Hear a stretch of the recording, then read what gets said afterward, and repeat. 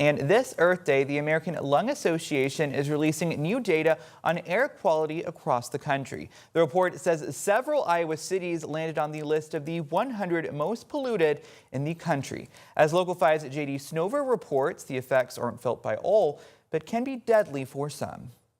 Doctors here at the Iowa clinic say the effects of poor air quality are felt differently, patient to patient. Experts say breathing in high amounts of air pollution can be harmful, especially over time. Even short-term exposure, they say, can irritate the lungs and trigger flare-ups.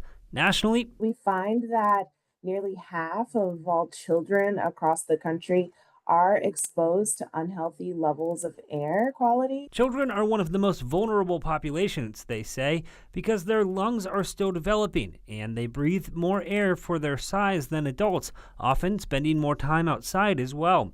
The analysis also looks closely at particle pollution. The particles are as fine as, even more fine than a strain of hair, so they can get deeply lodged into the lungs and even go into the bloodstream and lead to chronic conditions. When it comes to particle pollution, Iowa generally avoids the worst rankings.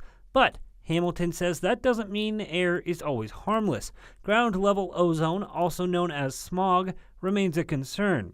In the study, Des Moines landed among the 85 worst metros for ozone pollution, while the Quad Cities ranked inside the top 50. One doctor at the Iowa clinic says not everyone needs to be aware, but there are warning signs if you start to feel a little off. If you've been in a usual state of health and just feel like your breathing is starting to get more labored, it's just taking more energy to get around than it used to, or certainly the other symptoms of wheezing and cough. In West Des Moines, I'm JD Snover, Local 5 News.